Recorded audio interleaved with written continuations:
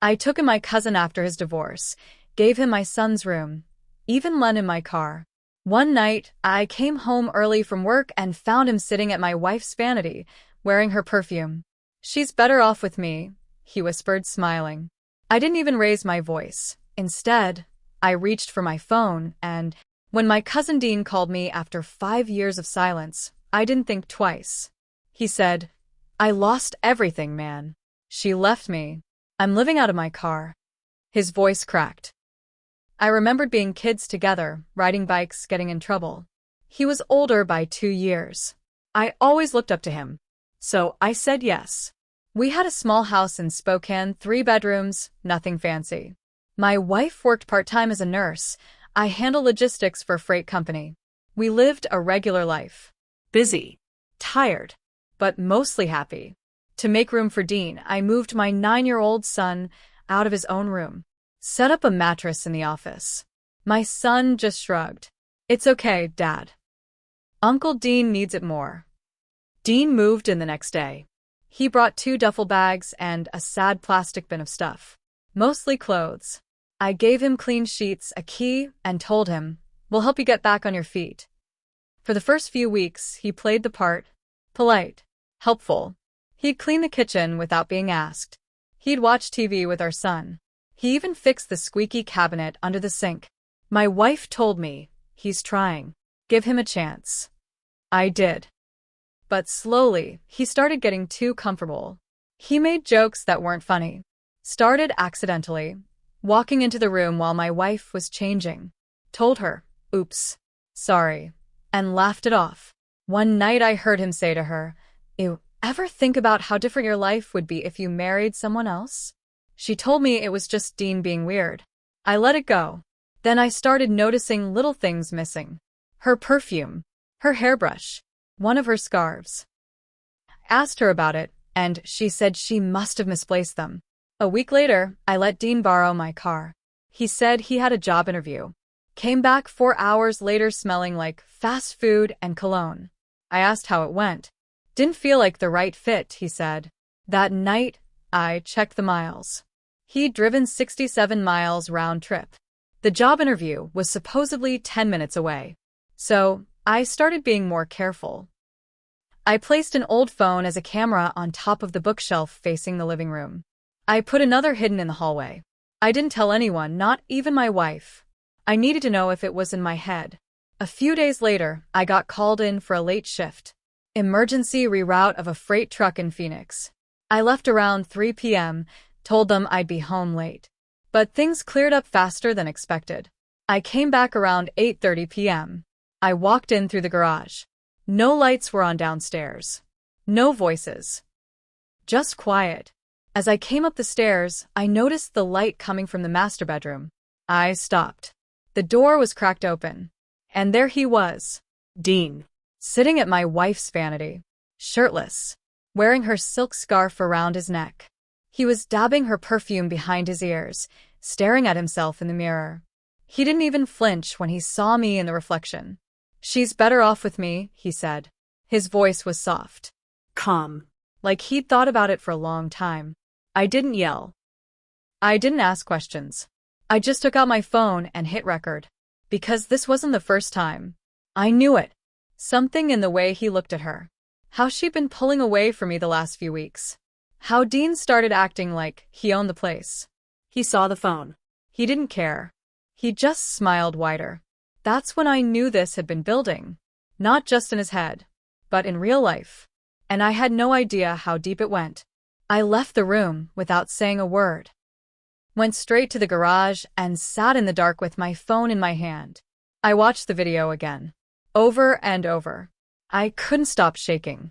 I didn't know what scared me more, what I saw, or how calm he was. I thought about waking up my wife and confronting her. Thought about dragging Dean out of the house by his hair. But something told me to wait. To be smart. To find out how far it had gone. That night, I didn't sleep. I stayed on the couch. Pretended I'd had a long shift and didn't want to wake anyone. The next day, I went to work like normal. But I was watching everything now. I checked the hallway cam, the one I'd hidden in the smoke detector. And that's when I found it. 2 days earlier, mid-morning. I was at work. My son was at school. My wife had the day off. Dean had gone into our bedroom. Again. 10 minutes later, my wife followed. She was holding laundry. They talked quietly. I couldn't hear much, but I saw her back against the dresser. His hand on the mirror. Their faces too close. She didn't smile. She didn't push him away either. Then she left the room. He stayed, smiling to himself.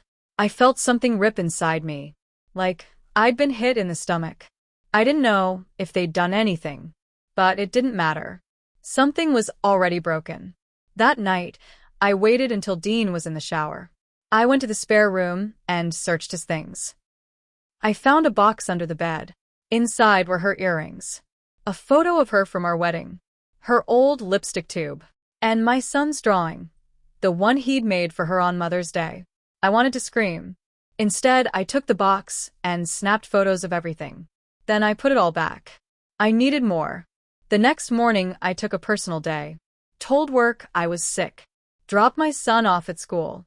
Drove back. Parked a few blocks away. Walked home through the alley. Let myself in the back door. It was 10:42 a.m. From the hallway, I heard them. In the kitchen. Her voice, low, unsure. His smooth, cocky.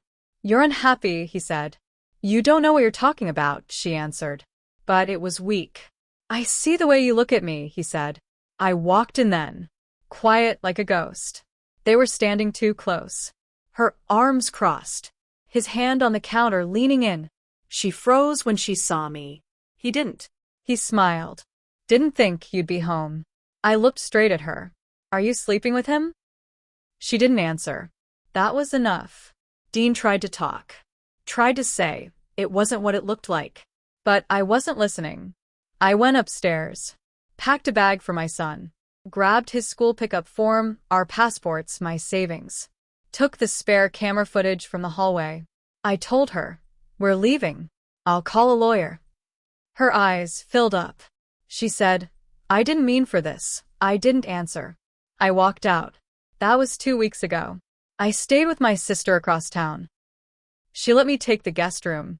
My son thought it was some kind of surprise sleepover. I didn't tell him the truth. Not yet. I kept checking the footage. Watching Dean, watching her. The way they moved around each other like it was their house now. My sister told me, "You need to file. You've got proof." I called a lawyer. Showed him everything. The video at the Vanity. The hallway clips. The box of her things hidden under Dean's bed. He looked me in the eye and said, "This isn't just infidelity. This could be manipulation. You've got a strong case." Then things got weirder. A few days later, my wife texted me out of nowhere. "Please, come home. We need to talk. I need to explain everything." I didn't answer. That night, Dean sent me a message too. "She's not who you think she is. She was never yours. You were just the placeholder." I felt sick. The next morning, I got a call from my son's school. "Hi, Mr. Delaney. Just confirming the new pickup arrangement. Your cousin came earlier this week to update the records." I froze. "My cousin?" "Yes. Dean, right?" "He said you were out of town." I said I'd call them back. Hung up and drove there fast. They showed me the form. Dean had forged my signature. Gave them his number. Said I'd approved it. I reported it immediately. Had his name removed. Filed an emergency order with my lawyer to block contact. It was granted that same day. Later, I found out Dean had actually tried to pick my son up once, but the front office refused. They said he seemed off. I didn't know what to do with that. I didn't sleep that night. Just sat up thinking, how long had he been planning this? Had it started the day he moved in, or was this something he'd thought about long before? Then came the last twist. A letter. Handwritten. Mailed to my sister's house. No return address. It was from my wife. Inside was a single page. Her handwriting. Neat. Calm. Like she wasn't even shaken. "He told me things about you I never knew. Things you never told me. Things I couldn't unhear. I didn't mean to feel anything for him. I don't even know if I do. But I believed what he said. And maybe that makes me just as lost. He said you were a liar. And deep down I believed him. That line cut deep. She never said what those things were. But I think she wanted me to wonder. I still don't know what he told her. I don't know if she ever really loved him, or if she just needed someone to blame. But the worst part isn't losing the house or the marriage. It's knowing I let him in. I gave him my son's room. I handed him the keys. And the whole time, he was just waiting for me to leave the door open. And now, every time I smell that perfume, I wonder if it ever really belonged to her, or if it was always his.